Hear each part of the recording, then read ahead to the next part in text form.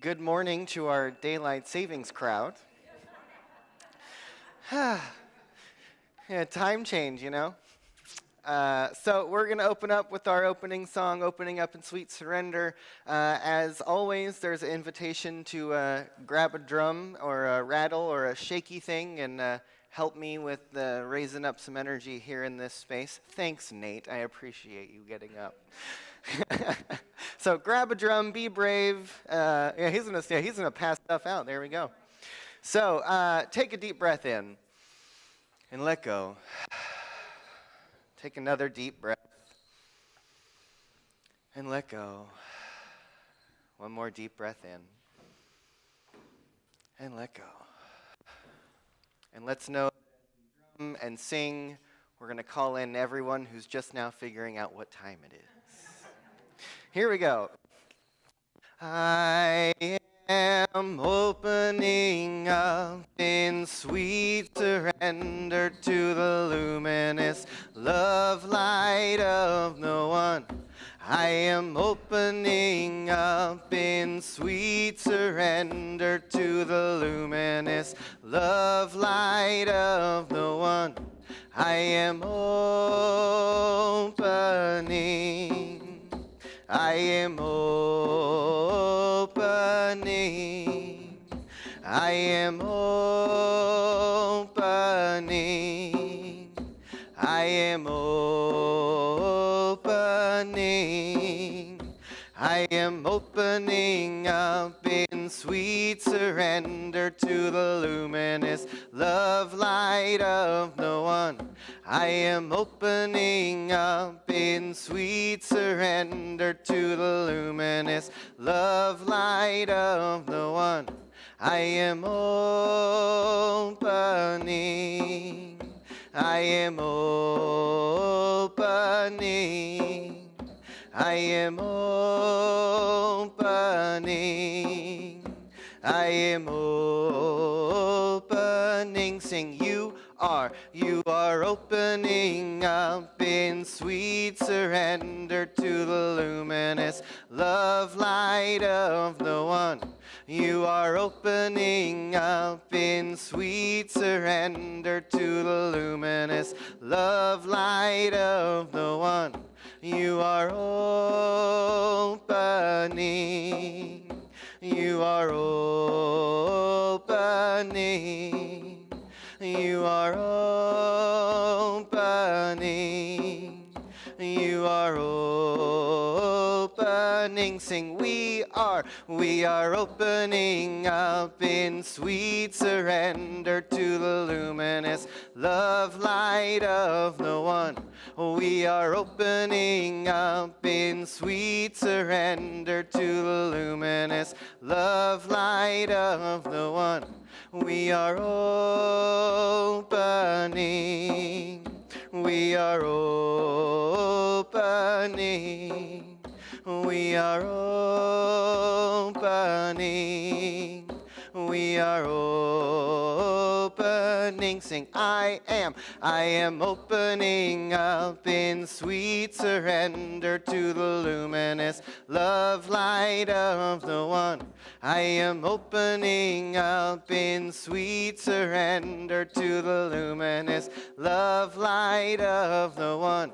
We are opening. I am opening. I am opening. I am opening. I am opening up in sweet surrender to the luminous love light of the one. I am opening up in sweet surrender to the luminous love light of the one. I am opening. I am opening. I am opening. I am opening.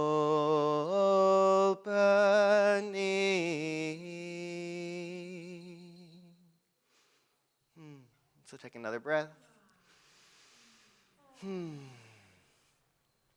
so just take a moment and look around and see who's here with us so far. And take a minute and get up and walk across the room and go say hello to someone, welcome them here.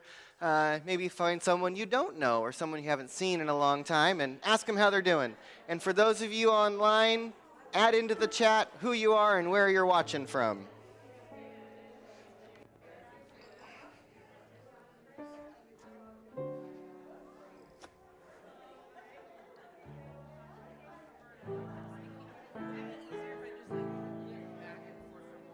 Maybe. Whatever works. Yep, yep.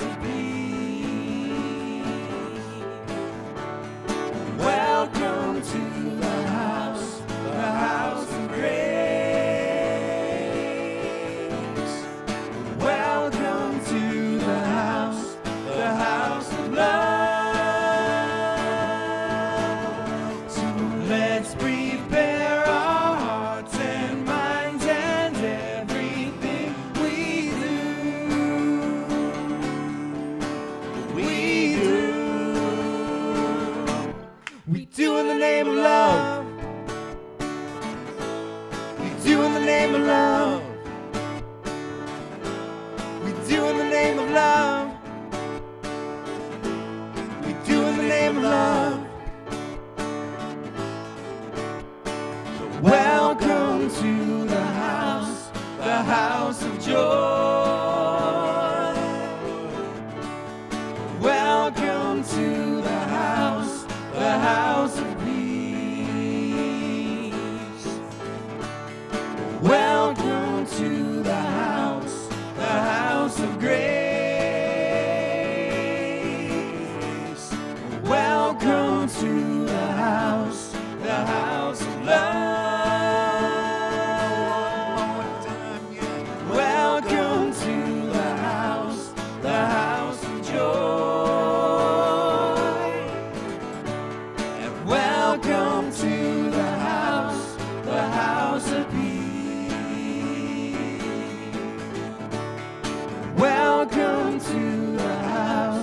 house of grace. Welcome to the house of love. So let's prepare our hearts and minds and everything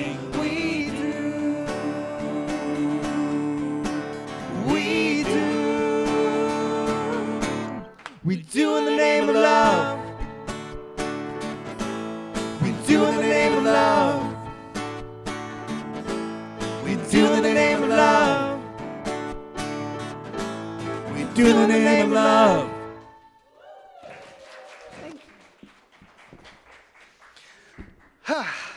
All right. We have a band, y'all. And so, good morning. Thank you for being here on this daylight savings morning and making it to church on time. Just a friendly reminder that we recommend you wear masks while in the building still, just as a precaution for your health and safety. Thanks to everyone for being here. Hello, all of our friends on YouTube and Facebook and Zoom and all of us in the room and all of our friends around the country who are watching. Let us begin. And so, here at Center for Spiritual Living Santa Cruz, we acknowledge the history of colonization and its devastating impact on the world, and specifically on the original inhabitants of this land. We recognize that both colonization and decolonization are active processes alive today, and we dedicate to cultivating a consciousness of inclusion. And this begins right here and right now with the land beneath our feet as we acknowledge its original inhabitants. So take a moment and feel your feet on the ground. And take a deep breath. As we begin our morning by acknowledging that the land on which we gather is the unceded territory of the Awaswas-speaking Upi tribe, the Amamutsan tribal band. And so please just join me in a moment of silence.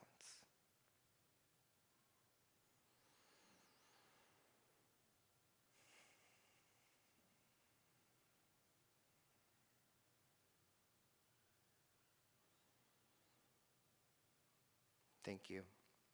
As you may or may not know, I am Reverend Elisha Christopher. I am the spiritual director here at the center. I'm also your host and master of ceremonies this morning. My pronouns, as some of you know, are they and them. And if you're ever curious about that, do come and ask me. I'll tell you a little bit about that. And my ancestors on my father's side come from Scotland and Ireland. And on my mother's side, my ancestors were Jewish, and they come from Austria and Holland. So welcome. We have a lovely morning planned, and we're going to first dive into our mission, vision, and purpose, which will be on the screen. And also, if you got a half sheet on the way in, you have that here for your reading convenience. Let's say this statement together mindfully. Here we go. Our mission is to provide spiritual tools for personal and global transformation. Our purpose is to awaken humanity to its spiritual magnificence. Our vision is a world that works for everyone and all life on earth, and we are a community dedicated to possibility. Thank you. So we have a lovely morning planned. Our practitioner of the day is Sky Leona, and we have Chaplain Cheryl Stromsand-Snyder holding us in prayer in the back of the room during service. Our musical muse today is Aaron Avila and the CSL House Band. Our message will be delivered to us through Reverend Tamara Merrill today. And in addition to that, you may not know that March is Disability Awareness Month.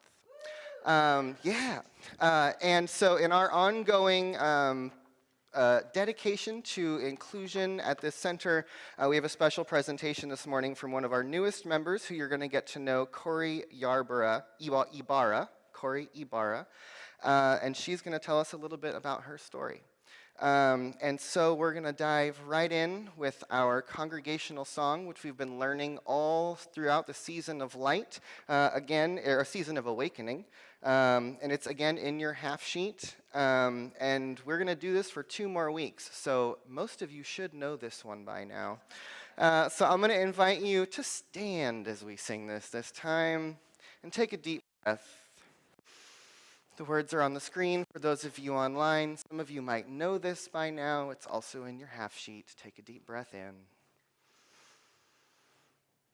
As we move into a time of deepening, take another breath.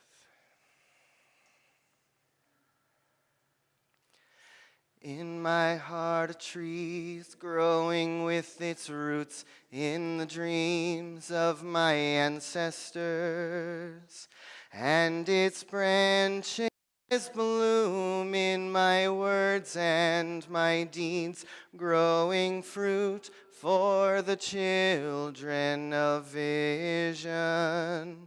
And the wind in its leaves cause the children to dance and remember their longing to be free. In this forest of peace, may all humans be released from their struggles of fear and retribution. And the land opens wide as the people reside in harmonics of deepening communion. In my heart a tree is growing with its roots in the dreams of my ancestors, and its branches bloom in my words and my deeds, growing fruit for the children of vision. And the wind in its leaves cause the children to dance and remember their longing to be free. In this forest of peace, may all humans be released from their struggles of fear and retribution. And the land opens wide as the people reside in harmonics of deepening communion. One more time. In my heart a tree is growing with its roots in the dreams of my ancestors, and its branches bloom in my words and my deeds, growing fruit for the children of vision. And the wind in its leaves cause the children to dance and remember their longing to be free. In this forest of peace, may all humans be released from their struggles of fear and retribution. And the land opens wide as the people reside in harmonics of deepening communion.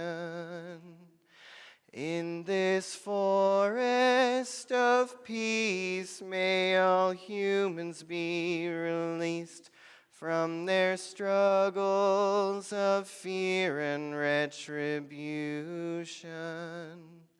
And the land opens wide, people reside in harmonics of deepening communion.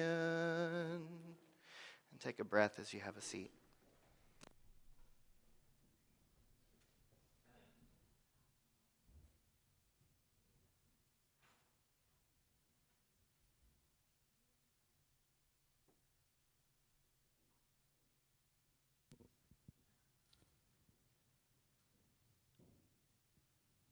This is the point of now.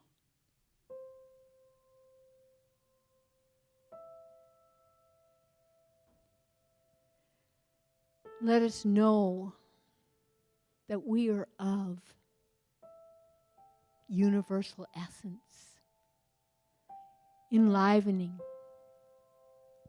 all things, all situations and circumstances.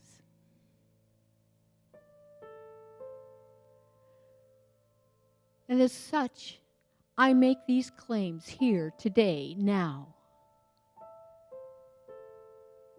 that we are worthy of our highest desires,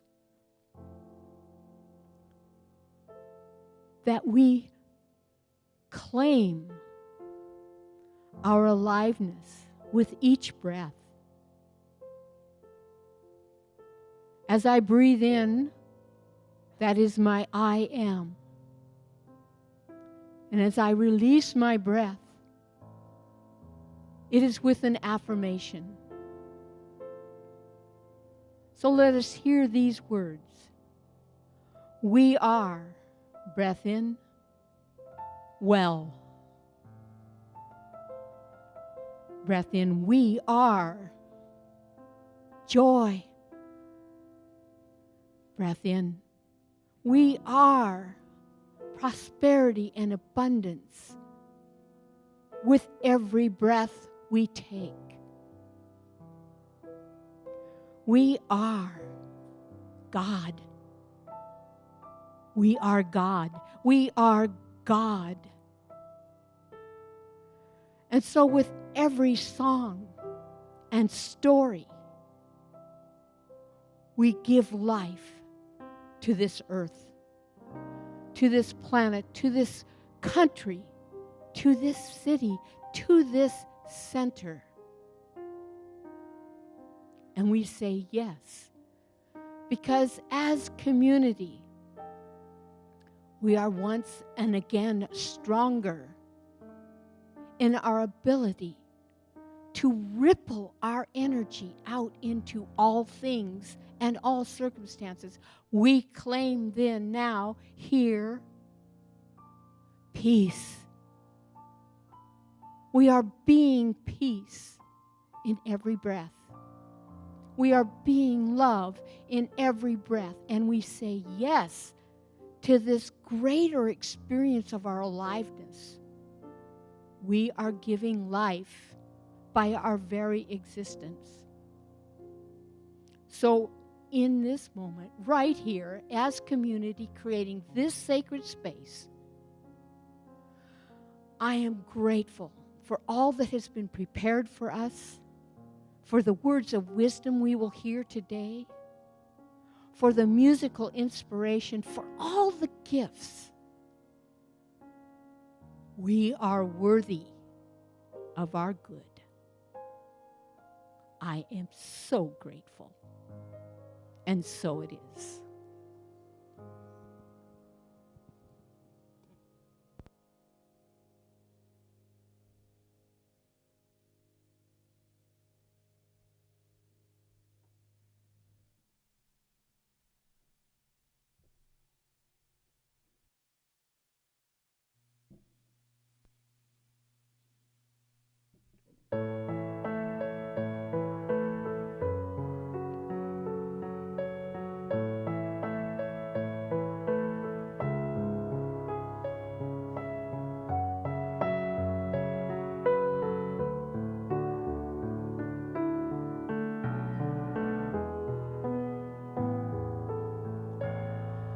You think you own whatever land you land on.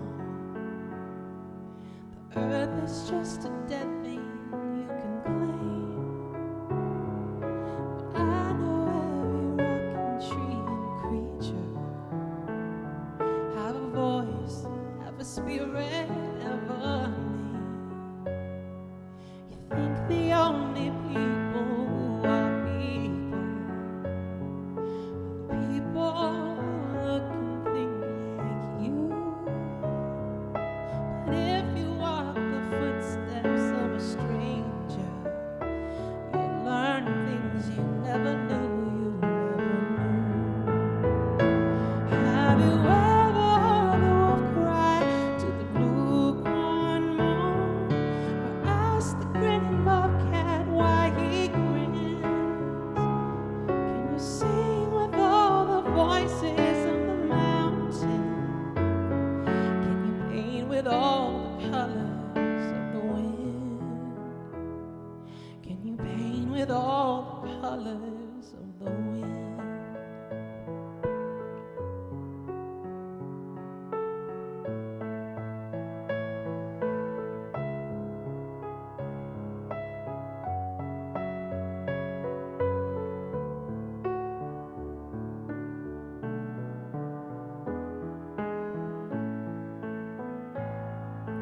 Come on the hidden pine trails of the forest.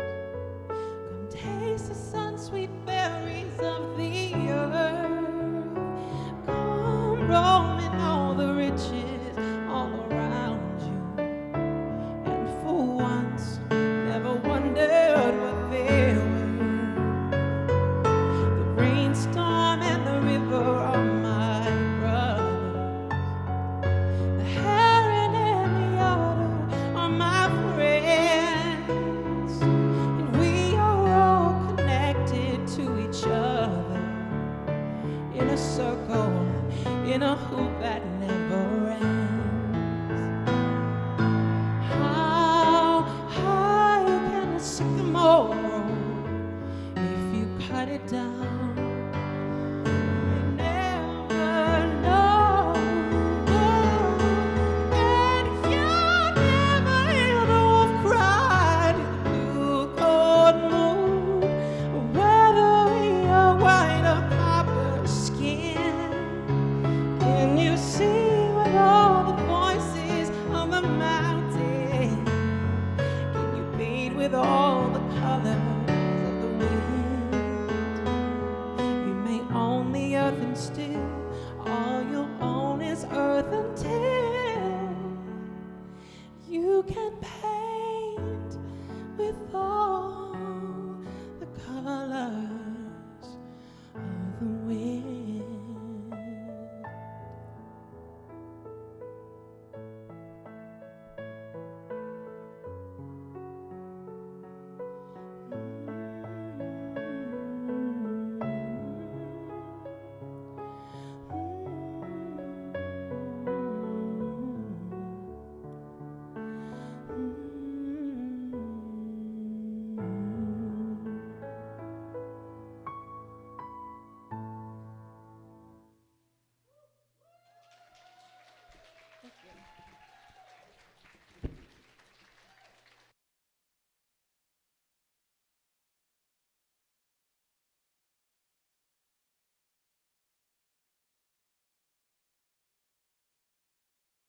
Hello? That was amazing, Erin. One of my favorite songs. So beautiful. Thank you. Good morning, everyone. Good morning. Good morning. On this wonderful early morning, I have a really important thing going on for me today, and that is I get to represent people that I love so much. And I get to introduce a wonderful person in our congregation who does amazing work as a mom, as a global participant in changing the world. And I'd like to introduce right now Corey Ibarra to come up and share her story. Come on down, Corey.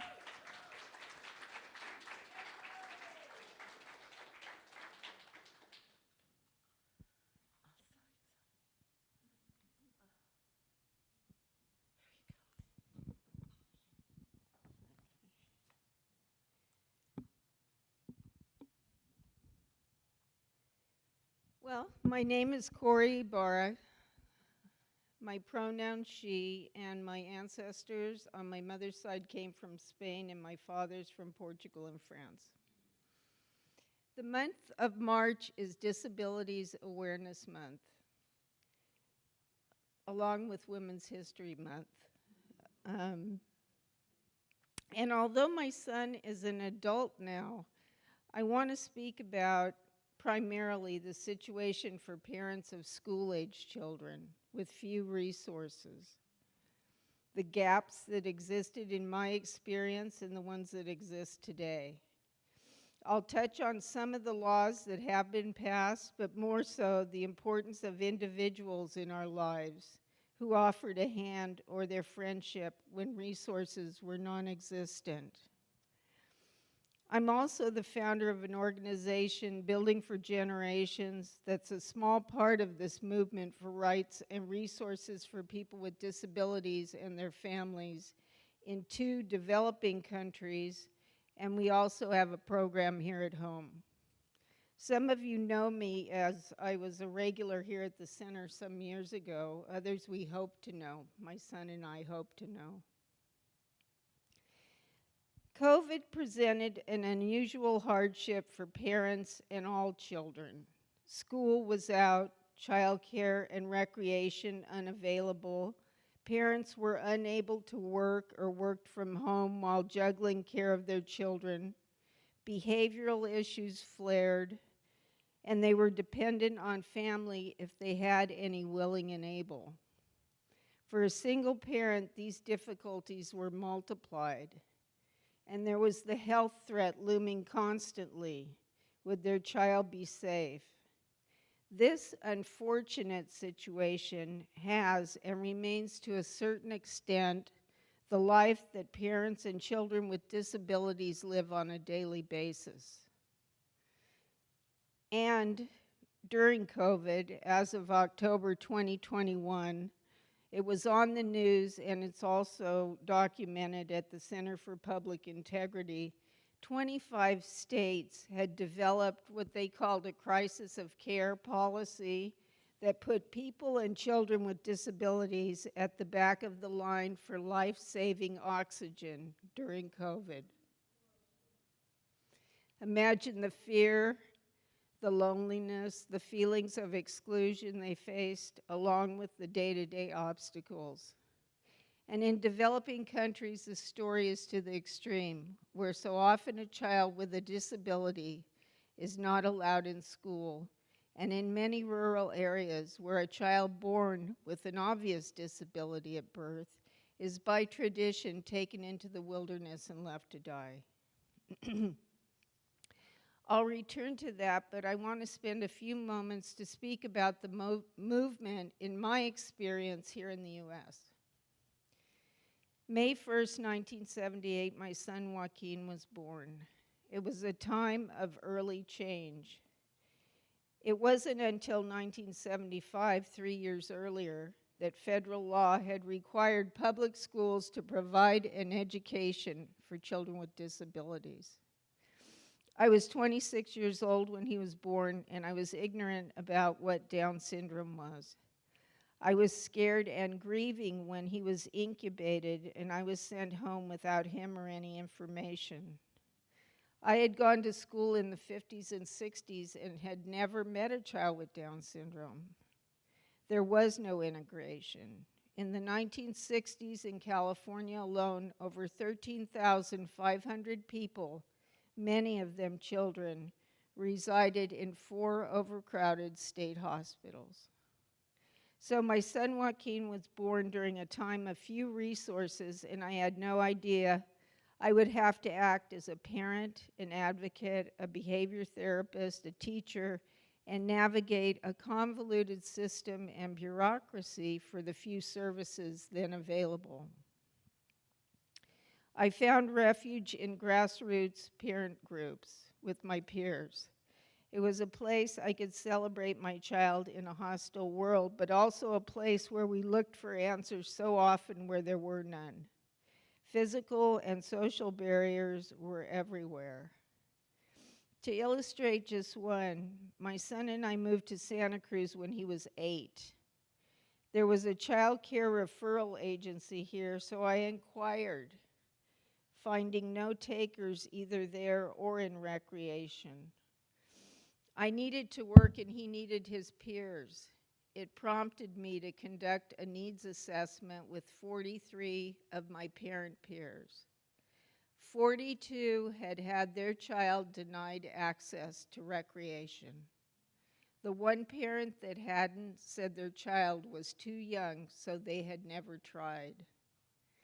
Playing and making friends looked an impossible situation, and it tapped our creativity to the max as myself and other parents cobbled together solutions. Those solutions were individuals with courage and compassion. For me, it was Sarah, who became my housemate and helper, going to school at the time for nursing, and whose experiences led her to become a nurse to group homes for people with developmental disabilities. And it was Javier. I love to brag about Javier. An 18-year-old boy who was living in his van, who I hesitantly hired to take my son to the Boys and Girls Club. He proved to be not only a fearsome advocate, but creative in all that him and Joaquin could do. Javier went on to be the director of one of the biggest programs for persons with developmental disabilities in Bakersfield. I've often reflected on them and thought my son could be the poster boy for effortless work. He was just motoring around, being himself, and yet such a big part of something greater. In 1990, the Americans with Disabilities Act, a civil rights act, was passed, and there was a workshop at San Jose State. I attended, very official, with my notebook in hand, not expecting what lay before me. As they spoke about the end of barriers, particularly physical, like the bathrooms, which had been so confining to us, I caught a vision of a different world. There were no notes in my book that day. I just silently wept through the presentation. Although laws have been passed, enforcement today still remains an issue in many situations. Bullying, teasing, exclusion, and obstacles is not only a problem for children with disabilities, but also for any child that is different. And I hope to see it addressed more seriously for all. Some children are resilient, but others understandably not. I am so grateful for Joaquin's resilience. Joaquin, would you come up here? Yeah.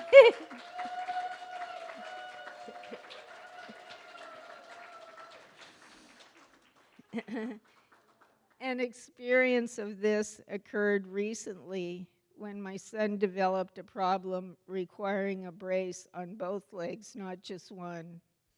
Since he is so active, swims, bowls, attends exercise classes, I became very concerned. After one of many doctor's appointments with no answers, I returned to the car with him. I must have paused, and in that moment, he sensed my concern and the look on my face. It touched my heart when he reached over and wrapped his arms around me, saying, "I'm sorry you're so sad about my leg." Clearly, his first concern was more for me, and his courage, his resilience, and our past reminds me why I do what I do. Is there something, honey?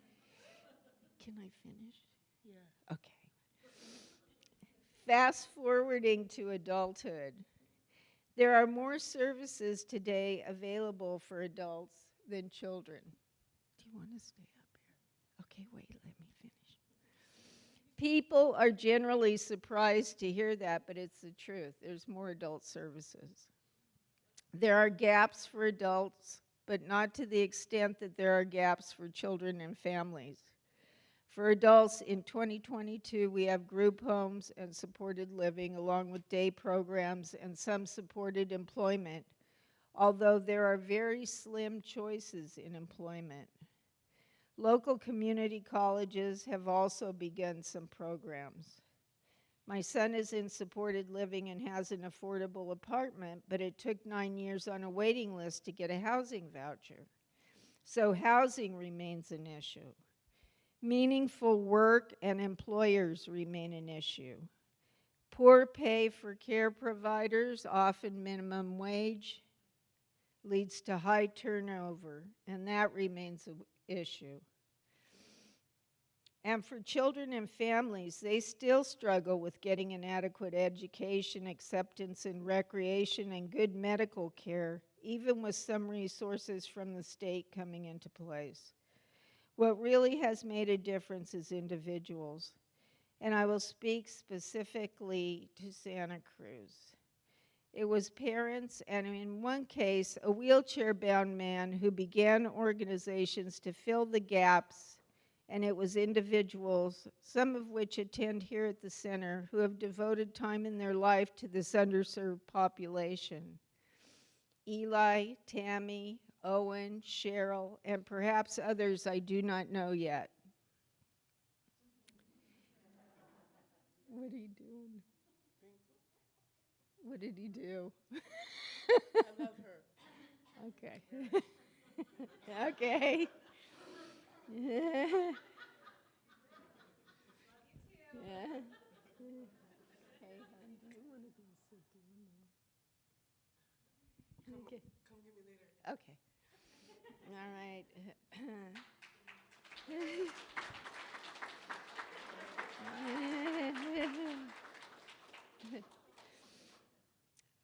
I've left a list of some of the organizations that have been started by parents and also by Foster Anderson, who started Shared Adventures in the social hall.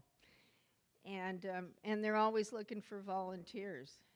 So anyways, none of these organizations existed 43 years ago, but it was vision and the belief in turning obstacles into opportunities that brought them about. So what can you do? First of all, don't be afraid to know us. Don't be afraid to know someone who has different abilities. Secondly, support legislation for this underserved population. And then if you feel so called, volunteer. Every one of the organizations listed in the social hall needs volunteers, including Building for Generations, which I want to spend a few minutes to talk about. As I mentioned earlier, the situation in developing countries is dire and often cruel. My first visit to Tanzania was in 2005, and in the city of Arusha, where I was, no child with a disability was allowed in school. And in rural areas, a child born with an obvious disability was taken into the bush to die. I've developed a PowerPoint about Tanzania and our new project there, but Building for Generations began with the help of the Santa Cruz community and a few others. We were able to build the first special needs unit on an elementary school site in Arusha, Tanzania. The PowerPoint that I developed will be shown in the social hall after for those that are interested in seeing it. I've been doing this for 17 years, so things have developed over time, and it tells the story of basically two mothers, me and a mother of a son with autism who is a Tanzanian mother, how we met, how the elementary school we started got going, and then what has developed since then, and our latest project, which is a farm and adult living situation. In short, the slideshow takes you on a journey over the 17 years, well, I'm repeating myself. Okay, my partner with a Tanzanian mother, her advocacy, how she influenced her government to build 17 more units once we built that first model.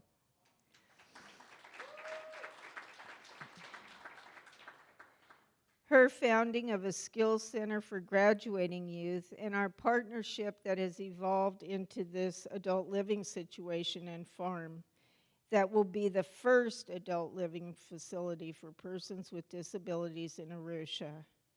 You'll also meet in the slideshow the two young adults that will be the first residents and hear the magical way in which the land was gifted to us. So I encourage you to stay and take a look at the slideshow.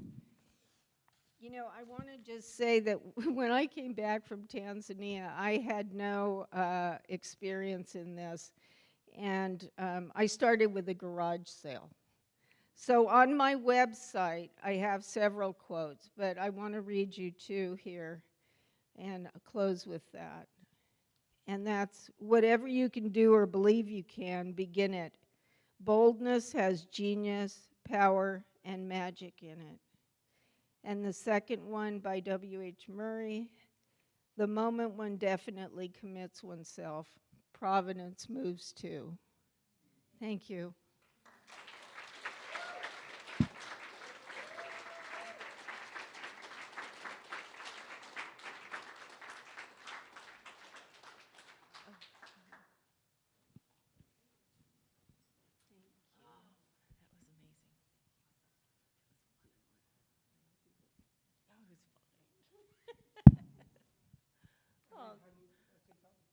Okay, come on, Joaquin. Come on, you could say whatever you'd like. Turn around. Tell them. Thank you. She's an amazing woman. Oh, she's an amazing woman. You're an amazing man. Anything else you want to say? You want to say something else? That's it. Oh, okay.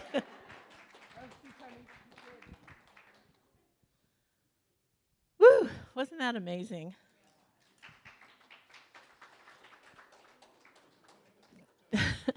Thank you, Corey and Joaquin. This morning, again, this is very close to my heart, and I have been a very fortunate human being. Oh, I'm going to cry.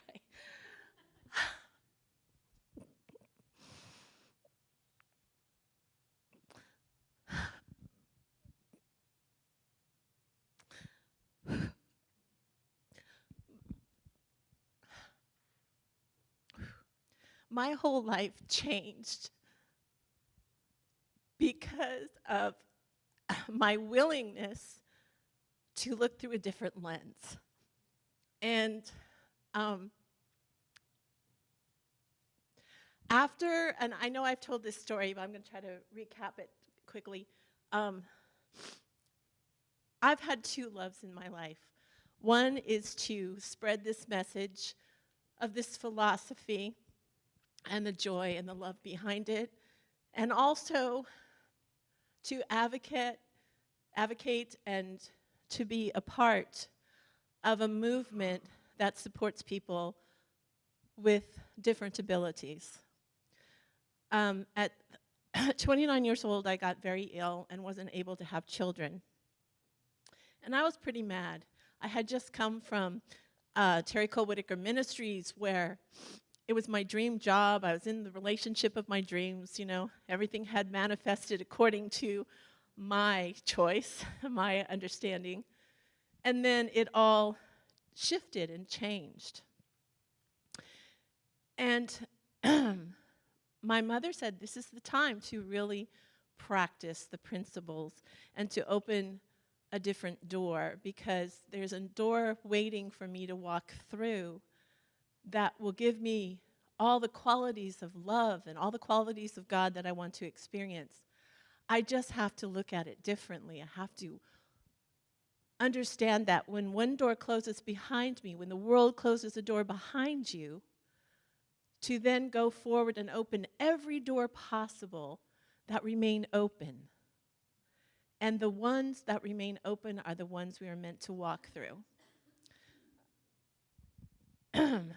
I did a God walk as I was up in the foothills of Gilroy, California, and I said, Spirit, take me. I don't know where I go from here. I was devastated. I had moved back home. I was 30 years old. I didn't get married to that person. I didn't continue to work in the ministry, the worldwide ministry, because it had dissolved. And I was at a crossroads. And I asked Spirit, please take me where I need to go. And I saw some buildings in the back, trailers. And it had DSP&S. I go, what the heck is that? But I was moved to walk through. And as I walked through, and again, I've told this story, but as I walked through into this building, because Spirit told me that's the door, I walked through, and this lady stood up from the back and said, can I help you? And I'm like, oh crap, I don't know why I'm here. I don't know what this is. And something within me said, I'm here to volunteer. And I did not know what I was getting into. I didn't even know where I was. But I trusted Spirit. And she said, you do? And I told her my background. I had a master's and a teaching credential. And she said, great. So that summer I volunteered. And I was in a program with students with disabilities, a vocational program. And from that summer, I got hired that fall part-time. And I went on this beautiful journey for 33 years. And this journey was amazing. I got to help build community. I found my family. I foster adopted my 3 young adult children who have been in my life now for 35 years. And one of them's right there, Christina, my beautiful Christina.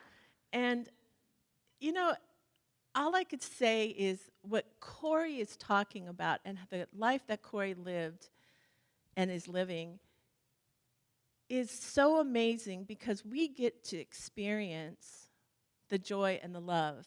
And it's an uphill battle, but the joy is so immense. I understood what service was for the first time in my life. I know what real service is.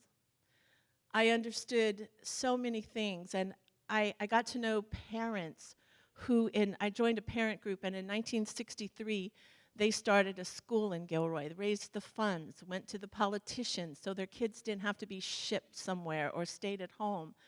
Then this parent group in the 70s got a program at the college in 1974 that was helping students with disabilities find vocations other than just McDonald's, but a lifetime of work and careers that were meaningful. And I got to meet incredible, incredible people. Daniel Amen, who does the brain scans. I got to meet and work with Jack Canfield again, who I worked with with Terry Cole Whitaker. I worked with so many amazing people who dedicated their lives to making a difference. And what I want to say to you is, in my 33 years, just yesterday I had lunch with one of my students who has been working for North Coast Medical for 25 years. And that's amazing. And many of them specialized bikes and jobs that had meaning for them. And parents who continually work really hard to advance people with disabilities into mainstream. And I'm really proud of all that work. And it's just given me so much of my life, and it's been one of my ministries. And I have realized that working with this population has given me back. So I can't even talk about it because I want to cry. But when I went to work every day, when I walked in, I was a rock star. Now, I don't know, I didn't have to do a whole lot to be a rock star, but I got to go in, and they were so happy to see me. And it wasn't that it wasn't wrought with problems sometimes, but I got to go in, and I was appreciated, I was loved, and they showed it and let me know it. That's a huge gift to go into a classroom and everybody's excited and not throwing spitwads at you, you know. I taught junior high too. And I think Corey is a beautiful example of how all of us can make a difference when we think we can't. Up until right now, this moment, you make such a difference, and you can make a difference by our awareness, our consciousness, everything about us. You know, and I want to say too, it was really awesome. She talked about her friend Javier. I have my friend Reverend Elijah, who came out of his van working on land and in a communal situation to come help me with my girl Paula, who's in a wheelchair, until the end days of her life. And Elijah was freaking amazing, okay? Such heart, such soul, such commitment. And I bless that. And of course, Cheryl and Owen, who have done this work too, totally amazing in the group homes. We have a lot of people in this community who have given their heart and souls to advance and to make the playing field more level. If you haven't had a chance to talk to Joaquin, you have a treat over here. He's amazing. But we're talking today also about neurodiversity. And I want to say that everything that's going on right now with Putin and Russia, I have really looked, and I don't think in the conversations that I have, it hasn't not come up. that people have said, why don't we just take them out? I mean, and I really sat with that and meditated on that. And it's really, when you look at our brain and how our brain works, it's the survival part of our brain, that little reptilian brain we have back here. And it's all about us surviving. And it's about us, how we deal with danger. And I know I'm shifting now, but how we deal with danger. And so, of course, we want to remove, as quick as possible, something that is threatening us, right? Something that's threatening the world and creating harm, we want to end it. And in our human self and at that level of consciousness, we just want it gone. We want to take it out. And I don't judge people who feel that way, because that's part of our natural and our nature. You know, it's our makeup. However, we have evolved, even though it doesn't always look that way. And we're working from a spiritual premise. And that spiritual premise is this. Thich Nhat Hanh said we must deal with the war within ourselves. Yes, and the most important thing he said that just blew me away is the only way out is in. The only way out is in. What does that mean for us? The only way out is in. Whew. It means that the reality we know to be true, that spiritual reality that so many times is considered woo-woo or not tangible enough, is the navigating force to peace, is the navigating force to happiness, that we must go in and deal with the war within.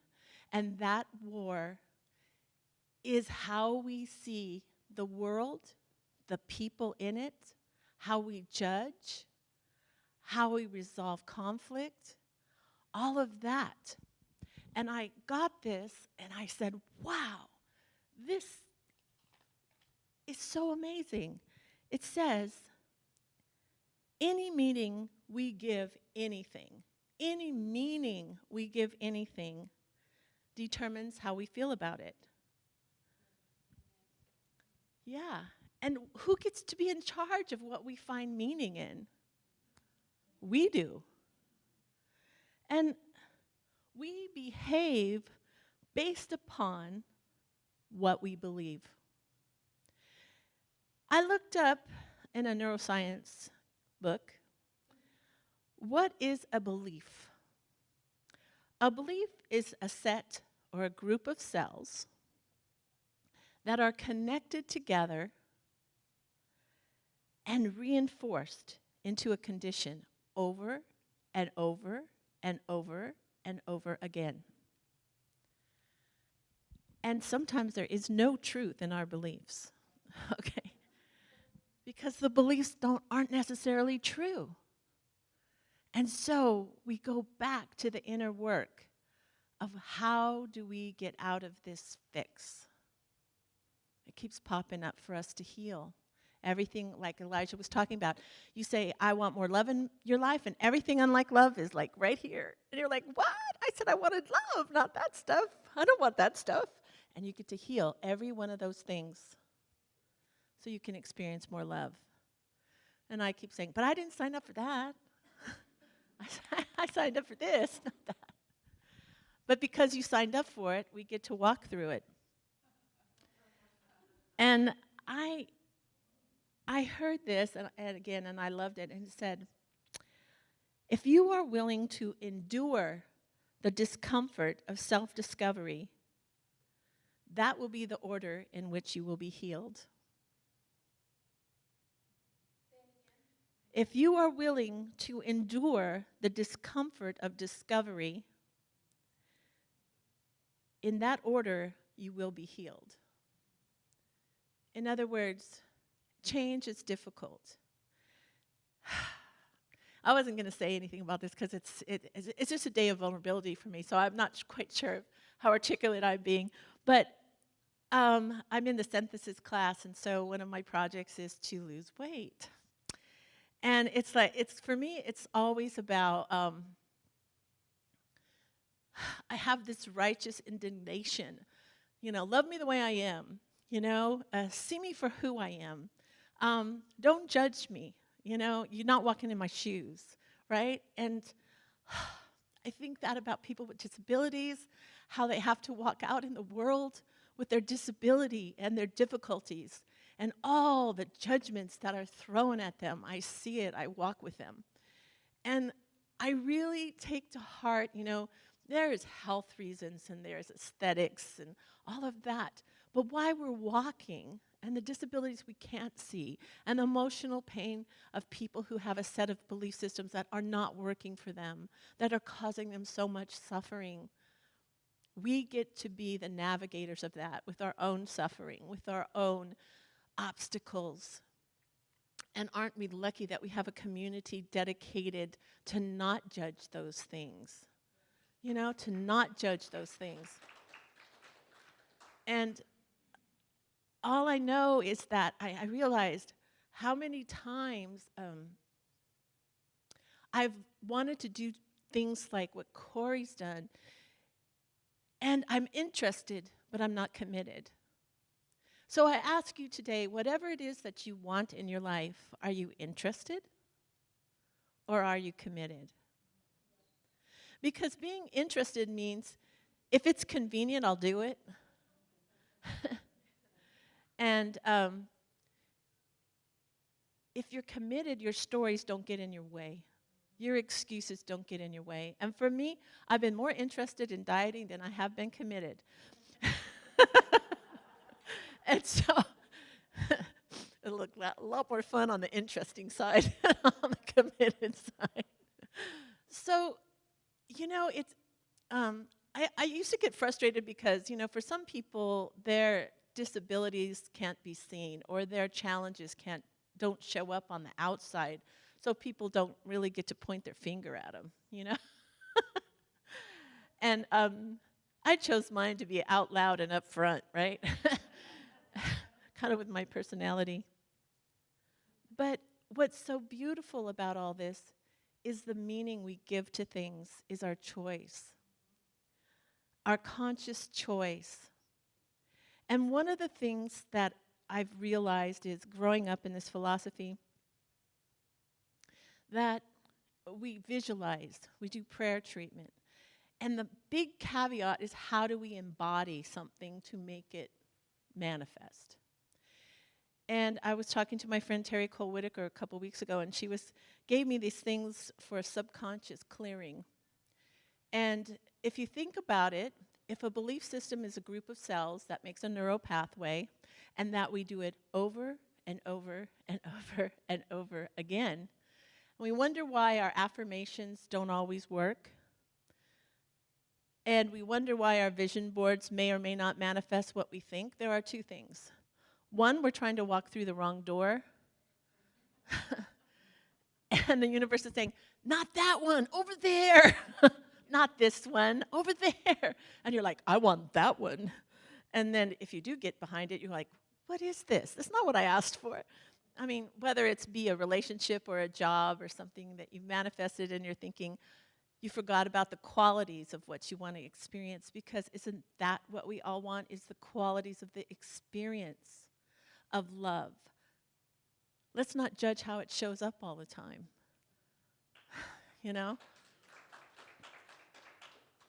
And the qualities of success and the qualities of feeling good, and that is the only way out is to go in. And so today about neurodiversity, I want to say that the brain, from what I understand, is really good when we're struggling. That's when it starts to make neural pathways. Not when we've achieved the success at the end. It's during the hard moments that the brain is starting to build the structure of the neural pathway. And because progress is not perfection, that is a false, I don't know who got into what's perfect and the ideas of what's perfect, but it ain't so, it ain't so. Perfection is within, and diversity is the beauty. It only takes 1 minute to create space in the brain.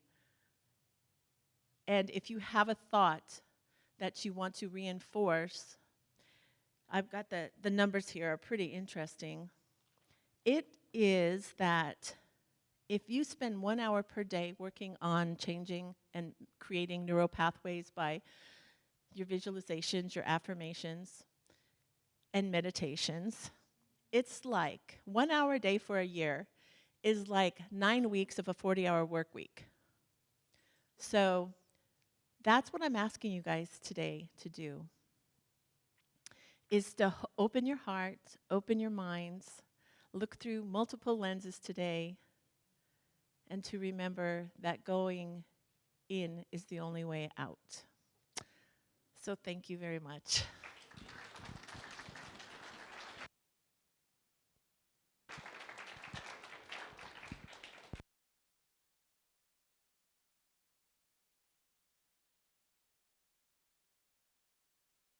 Thank you, Tamara.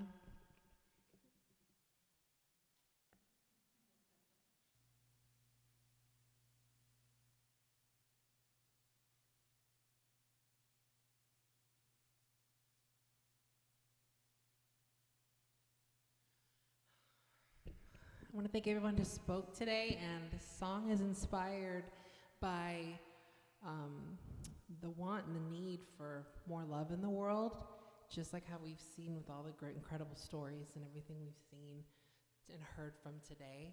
So I just kind of wanted to embody that with this song, and hopefully you guys enjoy it.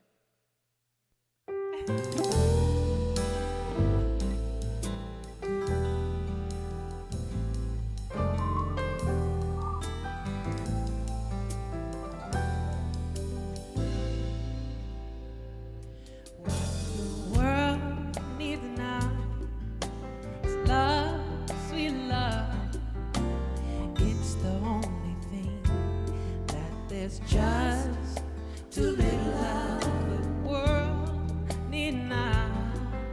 It's love, sweet love. No, not just for some, but for everyone. No, we don't need another meadow. There are mountains and hills left to oceans and rivers enough to cross for the end of time.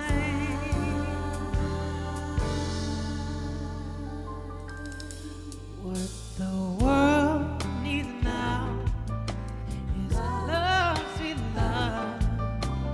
It's the only thing that there's just too little love in the world needs now. It's love, sweet love. No, not just for some, but for everyone. No, we don't need another meadow. There are cornfields and wheat fields left to grow. There are moonbeams and sunbeams left to shine. Oh, listen, if you know.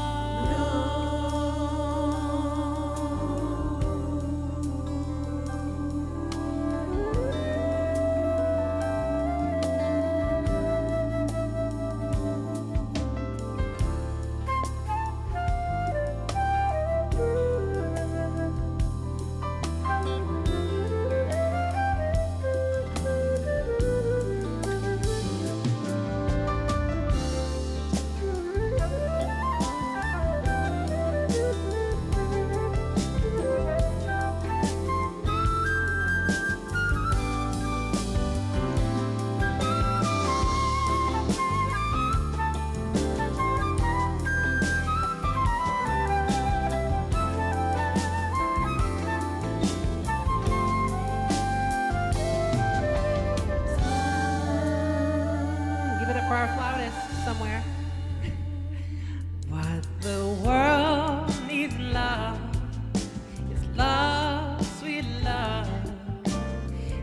the only thing that there's just too little love. What the world needs now is love, sweet love. No, not just for some, but for everyone. No, not just for some, but for everyone. No, we need more love. No, we need more love. I know there's enough for everyone.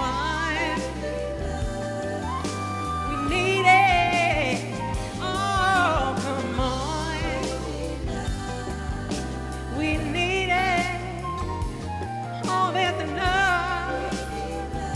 Not just for some, but for everyone. Everyone. Ooh, yeah. Yeah. Oh.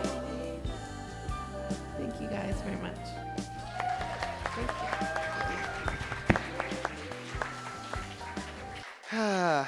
Thanks, Aaron. I want to invite our ushers to come forward. This is the time in our service for our conscious giving, for our opportunity to invest. So if you have a gift to give to this morning or something you'd like to share with us, bring that gift out to all of our automatic online sustainers and givers. Thank you for your ongoing gifts. And so if you have an offering this morning, just hold that for a moment as the ushers come forward and repeat after me. For all that I have, for all that I am, for all that I'm able to give, for all that I receive, I am truly grateful. Go forth. No, you don't. We have it already. We got it. You're good. Thank you.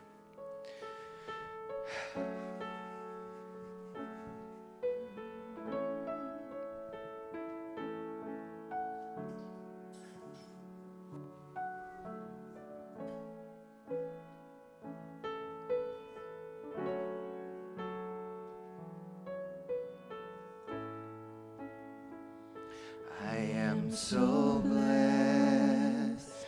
I am so blessed. I am so grateful for all that I have. I am so blessed. I am so blessed. I am so grateful. I am so blessed. I am so blessed. I am so blessed. I am so grateful for all that I have. I am so blessed. I am so blessed. I am so grateful. I am so blessed. And so if you will, just place one hand on your heart and extend the other. As we just breathe into this moment of gratitude for all that has unfolded in this place this morning, for all that each member of this community is doing in our collective shared life and in the world. I'm grateful for each gift given, and I bless every prayer in our prayer box, every unspoken need or desire on the heart of every person in this room, knowing that something is bubbling up beneath the surface and that each one of us is being pushed, pulled, drawn towards a greater experience of life. And so let us know that we are in this together and how blessed we truly are. And so it is. Thank you. Okay, so really quickly, a couple announcements before we are done for the day. One of the things that I want you to know about is if you are a member of this community, we have our annual meeting of the membership, which is our annual meeting for as a nonprofit. We have a business meeting every year where we tell you about our finances and things that are happening here. And there's also space if you are interested in applying to participate in our Board of Trustees. We do have 2 official spots open, and then we also, according to our bylaws, have positions that we call adjunct or members, and that is for anyone who may not necessarily want to be on the board, but would like to participate and support the board in its process. There's some room for some extra seats. We're trying to have a more expand our Board of Trustees to do a little bit more together. So that annual meeting is going to be on April 24th, so that'll be in your e-news. Keep an eye out for that. And then there will also be links to the application should you want to apply to the board in the e-news. We have a number of things coming up on Saturdays in the next number of weeks. So next week we have a spiritual mind treatment workshop that is going to be coming up. And that's going to be in the afternoon from 1 to 4. And if you really want to understand what is the 5-step spiritual mind treatment all about, how do you do it for yourself, come that Saturday. We're going to teach you. It's going to be a lot of fun. We're going to do an experiential process of moving through 5 steps of prayer. We also have Molly Salins. Raise your hand, Molly. Molly has recently released a book called A Break in the Fog. There's a little write-up about that in your e-news and on the website as well. And she has some flyers with her today, and that's in 2 Saturdays on March 26th. Come hear about Molly's journey and her new book.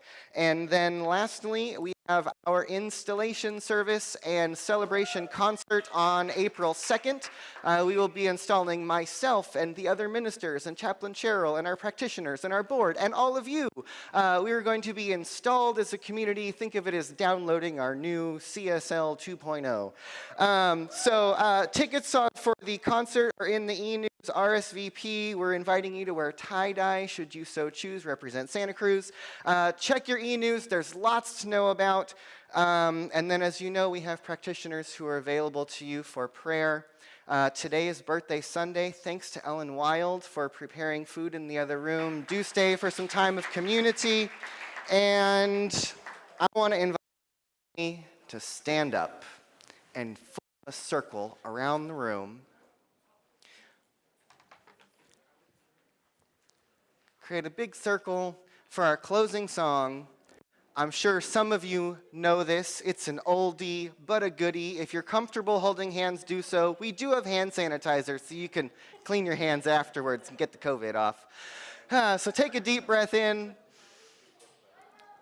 and let go. And I'm sure a lot of you know this one. It goes like this.